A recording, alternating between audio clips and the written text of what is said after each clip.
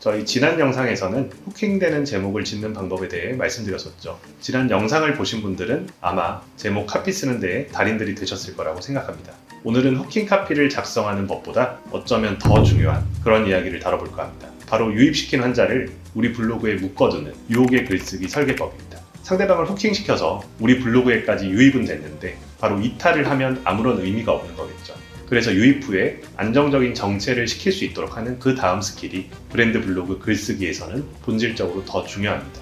글을 끝까지 읽어야 유의미한 유입 전환이 발생할 테니까요. 원장님들 중에 블로그 조회수는 잘 나오는데 신한 유입이 없어서 걱정이신 분들은 오늘 컨텐츠 끝까지 보시면 진짜 도움 많이 되실 겁니다. 오늘 알려드리는 내용만 적용해도 신한 유입 3배 증가는 문제 없습니다. 지난번 컨텐츠에서 다루긴 했었는데 복습도 할 겸 오늘은 저번보다 심화된 내용을 다룰 테니까요. 좀 더 집중하고 따라와 주세요. 병원 블로그를 보면 도입부를 이렇게 시작하는 경우가 많습니다. 안녕하세요. 땡땡 피부과입니다. 저희 병원은 풍부한 시술 경험과 다양한 장비를 바탕으로 환자 한 분 한 분에게 맞춤 진료를 제공하고 있습니다. 이 문장이 틀렸다는 뜻은 아닙니다. 실제로 이런 소개가 필요하죠. 그런데 중요한 건 읽는 사람들의 첫 반응을 이끌어내는 데는 이런 식의 접근은 좀 문제가 있습니다. 환자가 검색을 통해 블로그에 들어왔을 때 제일 먼저 판단하는 건 딱 한 가지입니다. 이 글이 내 이야기인가 아닌가입니다. 여기서 내 이야기라는 느낌이 들지 않으면 스크롤은 멈춥니다. 그리고 바로 이탈하죠.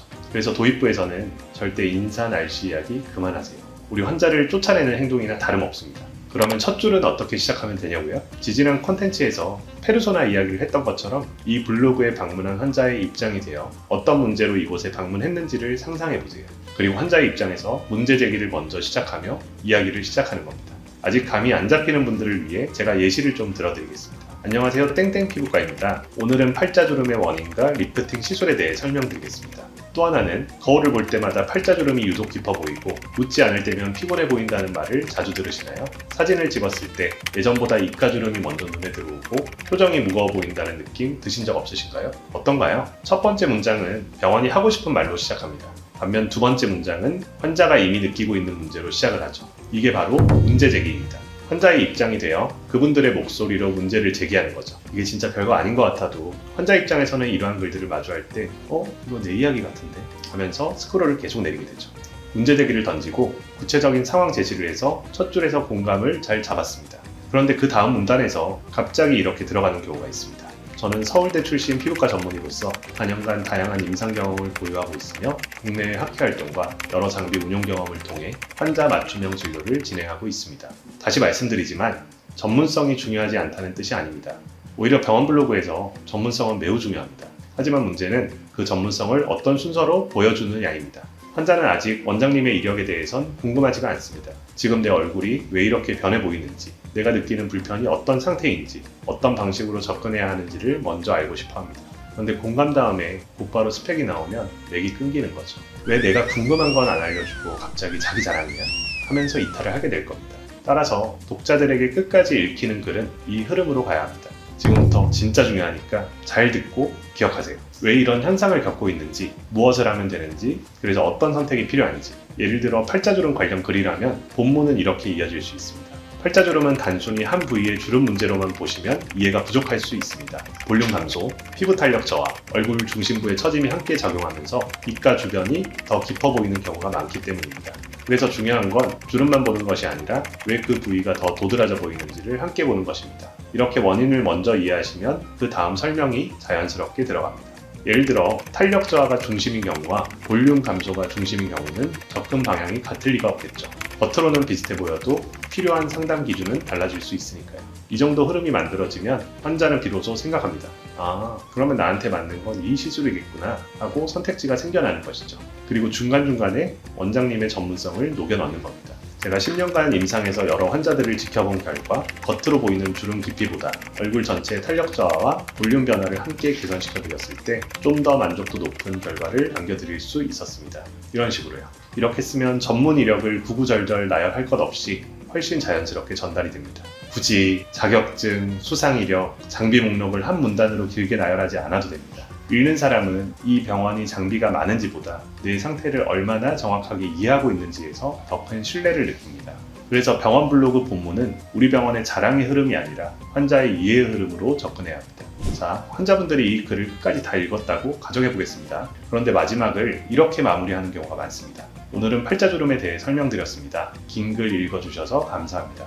이 문장 자체는 사실 정말 무난하죠. 하지만 이렇게만 쓰고 마친다면 환자들은 길을 잃게 됩니다.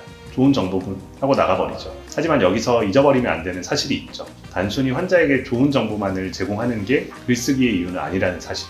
원장님들께서 블로그를 운영하시는 이유는 우리 병원을 알리고 싶기 때문 아닌가요? 병원을 홍보하고 신안을 유입시키는 게 글쓰기의 목적이겠죠. 정보성 컨텐츠를 통해 신뢰를 쌓고 상담이나 예약으로 이어질 가능성을 만들고 싶으실 것입니다. 그렇다면 마지막 문장에는 다음 행동으로 이어질 작은 장치가 필요합니다. 물론 지금 바로 연락주세요. 예약은 아래 번호로 문의주세요. 이렇게 강하게 밀어붙이라는 뜻은 아닙니다. 오히려 병원 블로그에서는 그 방식이 부담으로 느껴질 수 있습니다. 중요한 것은 환자가 자연스럽게 선택할 수 있는 길을 열어두는 것입니다. 예를 들어 강요하는 유도에 대해 말씀드리자면 팔자주름 상담은 아래 번호로 문의해주세요. 반면 자연스러운 유도는 이렇게 바꿀 수 있습니다. 입가주름이 단순한 피부 건조함 때문인지 탄력 저하와 연결된 변화인지에 따라 상담 방향은 달라질 수 있습니다. 어떤 변화가 원인인지 점검해 보시길 원하신다면 아래 배너를 통해 상담 가능 여부를 확인하실 수 있습니다. 어떠신가요? 좀 느낌이 다르죠? 앞서 전자는 우리 병원의 요구처럼 보입니다. 하지만 뒷문장은 환자의 선택을 돕는 안내처럼 보이죠. 이 차이가 생각보다 큽니다. 우리 블로그 마지막 두세 줄은 그 글이 그냥 정보로 끝날지 아니면 관계의 출발점이 될지를 결정합니다. 그래서 마지막 문장은 예의 있는 마무리가 아니라 부담 없는 연결이어야 합니다. 오늘 내용 3가지로 정리하겠습니다. 첫 번째입니다. 첫 줄은 병원 소개가 아니라 환자 상황으로 문제 제기를 해야 합니다. 환자가 이거 내 얘기인데? 라고 느끼는 순간부터 읽혀지기 시작합니다. 두 번째입니다. 본문은 스펙 나열이 아니라 이해의 흐름으로 가야 합니다. 왜 이런 현상을 겪고 있는지, 무엇을 하면 되는지, 그래서 어떤 선택이 필요한지 이렇게 해야 전문성도 설득력 있게 전달됩니다. 마지막 세 번째입니다. 우리 블로그의 마지막은 종료 문장이 아니라 다음 행동으로 이어지는 장치여야 합니다. 강요하는 문장이 아니라 환자가 자연스럽게 선택할 수 있는 안내 문장이 문의 전환의 시작점입니다. 처음부터 완벽한 글을 쓰려고 하실 필요는 없습니다. 오히려 그렇게 접근하면 글 쓰는 일이 더 무겁고 버겁게 느껴지실 겁니다. 오늘 말씀드린 3가지 중에 하나만 먼저 적용해 보셔도 좋습니다. 다음 글을 쓰실 때 첫 줄만 환자 상황으로 바꿔보셔도 됩니다. 그리고 그 다음 글에서는 본문 순서를 바꿔보셔도 됩니다. 또 그 다음 글에서는 마지막 문장을 조금 더 자연스러운 상담 유도 글로 바꿔오시면 됩니다. 이렇게 한 편, 2편, 5편이 쌓이면 우리 블로그는 단순한 정보성 게시판이 아니라 병원 대신 신뢰를 쌓아주는 자산이 됩니다. 이게 바로 브랜드 블로그의 핵심입니다. 광고는 예산이 멈추면 멈춥니다. 하지만 블로그는 잘 쌓이면 시간이 지나도 원장님 대신 병원을 알리고 진료 철학을 이해시키고 최종적으로 기억되게 만듭니다. 마치 24시간 운영되는 온라인 진료실인 셈이죠. 그래서 브랜드 블로그는 많이 쓰는 것보다 읽히게 쓰는 것이 더 중요합니다. 앞으로도 원장님들께서 실무에 바로 적용하실 수 있는 병원 블로그 운영 팁을 계속 나누어 드리겠습니다. 이번 내용이 도움되셨다면 구독, 좋아요, 알림 설정 부탁드립니다. 다음에도 좋은 컨텐츠로 찾아뵙겠습니다. 감사합니다.